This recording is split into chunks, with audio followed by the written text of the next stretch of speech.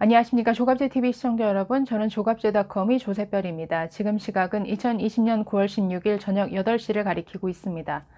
우리나라 의료 시스템에 대해서 좀 얘기해 보려고 합니다. 지난 8월 말 의료계의 집단 파업을 불러일으켰던 이 문재인 정부의 공공의료 강화 정책, 자, 그 중에서도 의사들이 굉장히 분노했던 두 가지는 이것이었죠.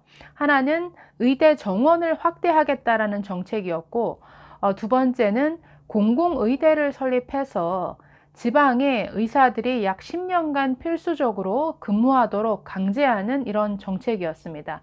자, 이 두 가지에 크게 분노했었는데, 그런데 문재인 정부가 이런 정책들을 밀어붙이면서 내세웠던 명분은 첫째도 둘째도 의사 수가 부족하다라는 것이었습니다. 의사 수가 부족해서 서울과 지방 간의 의료 격차까지 커지고 있다라고 주장을 했습니다. 그렇기 때문에 의대 정원을 확대하겠다, 공공의대를 설립하겠다, 이런 주장을 폈던 것이죠. 자, 그러면 과연 우리나라 의사 수가 부족한가?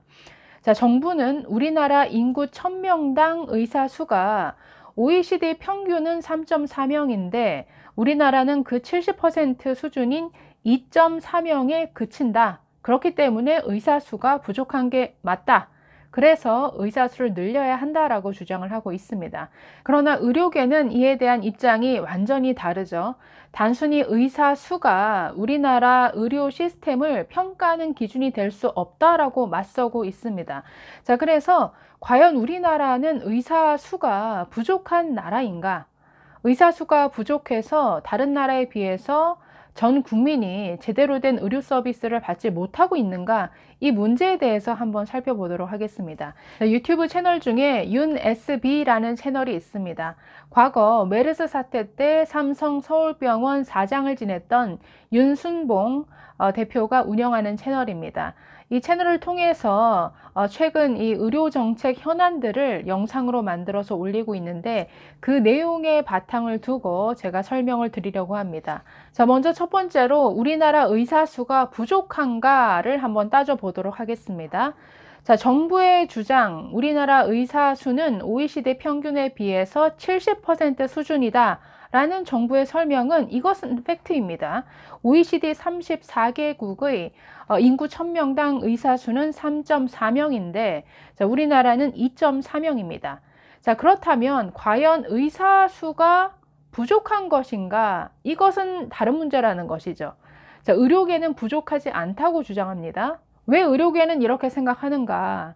의사가 부족하다, 부족하지 않다를 판단하는 기준은 단순히 인구 대비 의사 수가 아니라 의료 접근성을 기준으로 평가해야 된다라는 게 의료계 시각입니다. 즉 쉽게 말해서 우리가 아플 때 얼마나 쉽게 의사를 만날 수 있느냐 이것을 가지고 판단해야 된다라는 것이죠. 자, 먼저 여러분은 어떻게 느끼십니까? 우리가 관련 통계 지표를 찾아보기 전에 그냥 체감하는 것을 가지고 말한다면 의사 만나는 것 어렵지 않죠. 적어도 서울과 같은 이런 대도시에 사는 분들이라면 네, 진료를 위해서 병원을 찾는 것 너무나 쉬운 일입니다. 왜냐하면 우리 주변에 뭐 아주 다양한 분야의 아주 다양한 병원들이 존재하죠. 물론 시골은 사정이 다르다라고 할지 모르겠는데 우리나라가 뭐 전국이 일일 생활권이라고 한다면 미국처럼 저렇게 땅덩어리가 큰 나라에 비해서 우리나라는 아주 뭐 지방에 산다 할지라도 의사를 만나는 것은 그렇게 어려운 일이 아니다라는 게 저의 생각입니다. 자, 그러면 다른 나라와 비교했을 때 과연 우리나라의 의료 접근성은 어느 정도의 수준인가? 이것을 통계를 통해서 한번 확인해 보도록 하겠습니다. 자, 가장 대표적인 지표가 OECD 지표 중에 1인당 수진 횟수라는 게 있습니다. 즉, 한 사람이 1년 동안 의사로부터 몇 번의 진료를 받았는가라는 이런 통계인데요. 자, 2019년 기준 OECD 자료를 보도록 하겠습니다. 자, 37개국의 1인당 수진 횟수를 보면 네, 우리나라는 16.9회로 아주 독보적인 1위를 차지하고 있습니다. 자, 평균이 지금 6.6회입니다. 그러니까 다른 나라는 평균적으로 1년에 의사를 만나는 횟수가 6.6회인데 우리나라는 16.9회에 이른다라는 것이죠. 아주 독보적인 1위입니다. 평균을 가지고 비교하면 우리나라 사람들이 2.5배 이상 의사를 자주 찾는다라는 이런 수치죠. 2위를 차지한 나라가 일본인데 12.6회죠. 그래서 일본과도 상당한 격차를 보일 정도입니다. 자, 그래서 이 수치만 놓고 보면 전 세계에서 우리나라는 의사를 가장 쉽게 만날 수 있는 나라다라고 평가할 수 있겠습니다. 우리나라는 의료 쇼핑이 가능한 나라죠. 또 마음만 먹으면 하루에 대학병원 교수를 하루에 한 4명 정도까지도 만날 수 있는 나라가 우리나라입니다. 미국과 같은 나라, 영국과 같은 나라에서는 꿈도 꿀 수 없는 이런 현실이죠. 자, 그래서 여기까지만 정리해 보면 우리나라는 의사 수는 적지만 의료 접근성은 세계 최고인 나라입니다. 세계 최고도 그냥 최고가 아니고요. 저 수치를 보시면 2012년부터 지금까지 9년째 세계 1등을 차지하고 있습니다. 자, 인당 수진 횟수를 보면 저 그래프 보시면 계속 우리나라만 올라가고 있죠. 2011년 잠시 주춤했다가 그 이후에 지속적으로 인당 수진 횟수가 증가 추세에 있습니다. 즉 해가 거듭될수록 의사 접근성이 더 좋아지고 국민들이 의사들을 더 많이 접한다라는 이런 사실이죠. 자, 그렇다면 그 이유에 대해서 한번 살펴보도록 하겠습니다. 어떻게 의사 수는 부족한데 의료 접근성은 이렇게 좋을 수 있는가? 어떻게 이렇게 쉽게 의사들을 만날 수 있는가? 자, 그 이유의 첫 번째 이유는 우리나라 의사들의 생산성이 높기 때문입니다. 자, 우리나라 의사들의 생산성이 OECD 평균에 비해서 3.3배나 높습니다. 자, 이것은 어떤 통계를 가지고 확인해 볼 수 있는가? 자, 의사 한 명이 1년간 보는 진료 건수 통계가 있습니다. 자, 역시 OECD 자료인데요. 2019년 통계 한번 보도록 하겠습니다. 자, 보시면 의사당 진료 건수 1년간 몇 회 진료를 받냐라는 것이죠. 자, 저기서도 우리나라는 독보적인 1위를 기록하고 있습니다. 자, 의사 1인당 우리나라는 7,071건의 진료를 지금 보고 있죠. 독보적인 1위입니다. OECD 34개국의 평균이 2,145건입니다. 그래서 비교하면은 우리나라가 3.3배나 더 많다라는 거죠. 자, 어떻게 이런 일이 가능한가? 물론 문화적인 배경도 있겠죠. 우리나라에서는 최고 엘리트 집단이 의사니까 맡은 일을 아주 똑부러지게 잘하고 책임감 있고 부지런하고 성실하다. 이런 이유도 있겠지만 또 두 번째 이유는 이것을 가능하게 하는 우리나라만의 의료 시스템 덕택이라는 거죠. 자, OECD는 우리나라 의사들의 생산성이 높은 것에 대해서 이렇게 분석하고 있습니다. 자, OECD 2019년 보고서에 코멘트한 내용인데 이렇게 말합니다. 수진 비용의 지급 방식과 그 방법들의 결합 방식이 수진 횟수에 큰 영향을 미친다라고 이렇게 코멘트하고 있습니다.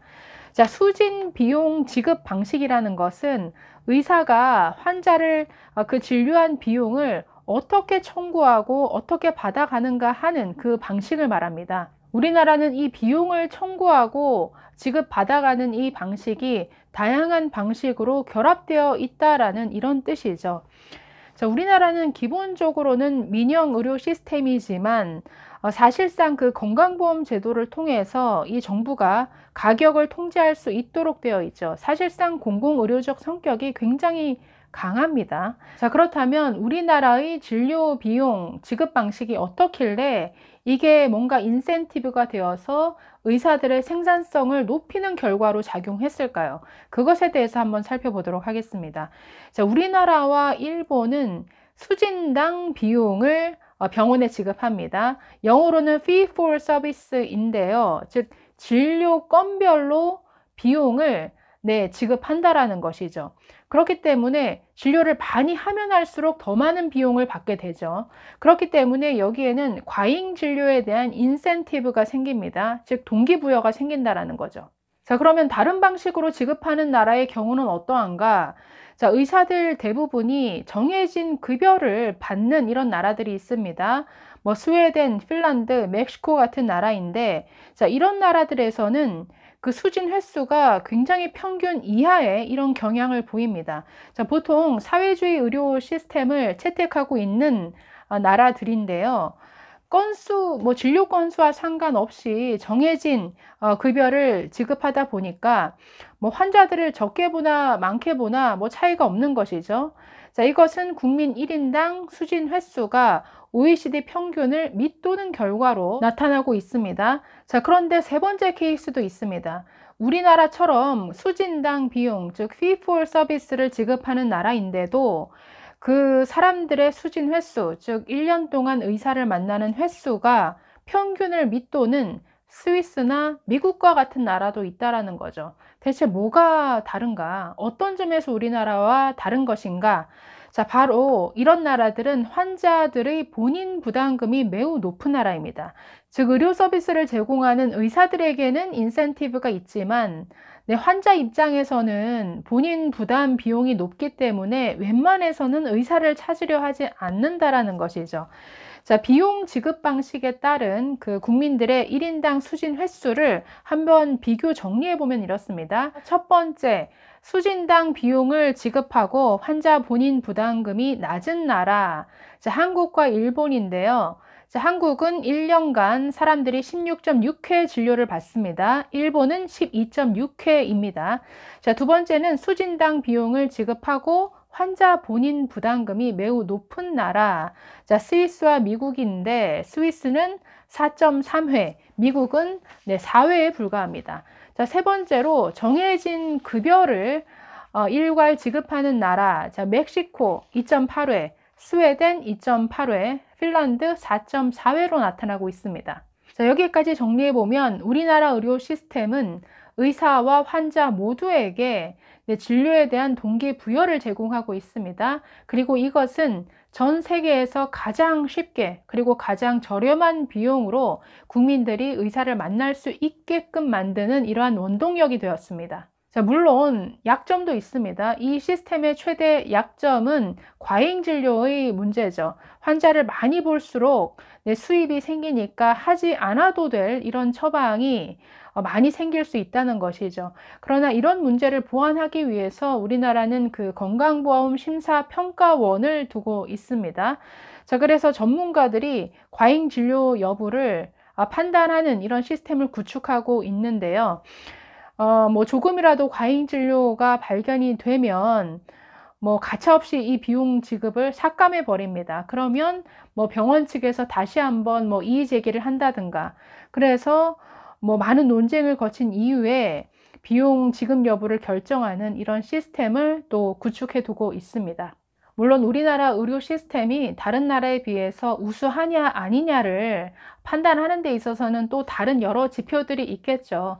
단순히 뭐 의사 수라든가 의료 접근성 뭐 이것만 가지고 판단하는 것은 많이 부족할 것입니다. 그러나 글쎄요, 오늘 살펴본 이 내용만 가지고 보면은 우리나라의 의료 시스템은 다른 나라와 비교해서 상당히 자랑할 만한 수준이 아닌가라는 이런 생각이 들어서 소개해 드렸습니다. 감사합니다.